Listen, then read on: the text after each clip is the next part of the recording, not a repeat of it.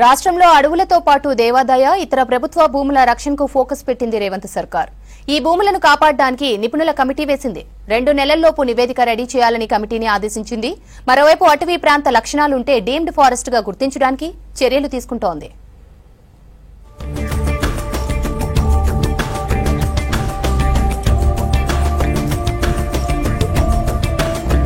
రాష్ట్రంలో అటవీ భూములను గుర్తించేందుకు ప్రభుత్వం నిపుణుల కమిటీని నియమించింది. ఈ కమిటీ రాష్ట్ర వ్యాప్తంగా ఉన్న అటవీయేతర ప్రభుత్వ భూములను గుర్తించనుంది. ఒకవేళ ప్రభుత్వ భూముల్లో చెట్లు పొదలు ఉంటే డీమ్డ్ ఫారెస్ట్ గా తెలపనుంది.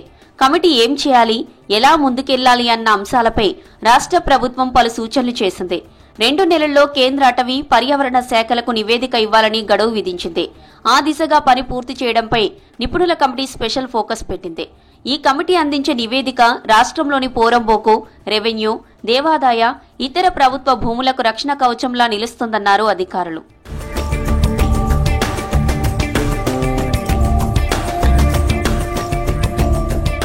దేశవ్యాప్తంగా అటవీ భూముల పరిరక్షణ కోసం సుప్రీంకోర్టు ఇదివరకే పలు మార్గదర్శకాలు జారీ చేసింది. అన్ని రాష్ట్రాల ప్రభుత్వాలు భూముల గుర్తింపు కోసం కమిటీలు ఏర్పాటు చేయాలని ఆదేశించింది. సుప్రీం గైడ్లైన్స్ ప్రకారం రాష్ట్ర సర్కార్ కమిటీని ప్రకటించింది. రాష్ట్ర అటవీ సంరక్షణ ప్రధాన అధికారి డాక్టర్ సి సువర్ణ చైర్పర్సన్ గా 6 సభ్యులతో కమిటీని ఏర్పాటు చేసింది. ఈ కమిటీ అటవీ భూములను గుర్తించి వాటిని డాక్యుమెంట్ చేయనుంది. ఈ కమిటీ త్వరలోనే భేటీ కానుంది. తర్వాత రెవెన్యూ, అటవీ శాఖల సమన్వయంతో జాయింట్ సర్వేలు నిర్వహించనున్నారు. అటవీ భూముల ఆక్రమణల నివారణకు చట్టపరమైన చర్యలు తీసుకోనున్నారు. అటవీ భూములను రియల్ ఎస్టేట్, మైనింగ్ లేదా ఇతర కార్యకలాపాల కోసం దుర్వినియోగం చేయకుండా చట్టపరమైన చర్యలు తీసుకునేందుకు కమిటీ నివేదిక ఉపయోగపడనుంది.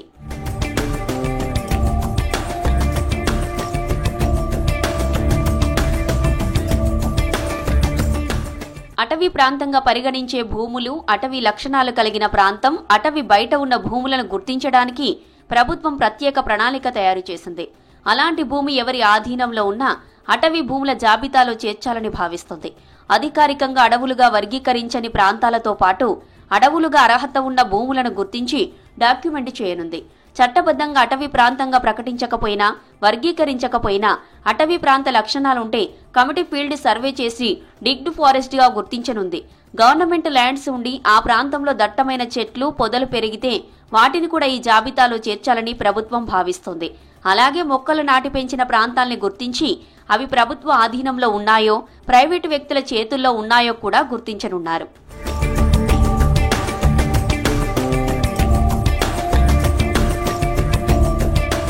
రాష్ట్రంలో మొత్తం 27,688 చదరపు కిలోమీటర్ల అటవీ భూమి ఉందని ప్రభుత్వ గణాంకాలు చెబుతున్నాయి.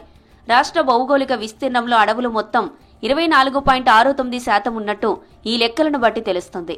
అయితే ఇటీవల విడుదలైన ఫారెస్ట్ సర్వే రిపోర్టు 2023 ప్రకారం 2 ఏళ్లలో తెలంగాణలో అటవీ విస్తీర్ణం తగ్గింది. రాష్ట్రంలో 2021-23 మధ్య కాలంలో దాదాపు 100.42 చదరపు కిలోమీటర్ల అటవీ భూమి తగ్గినట్టు సర్వే రిపోర్టులో వెల్లడైంది.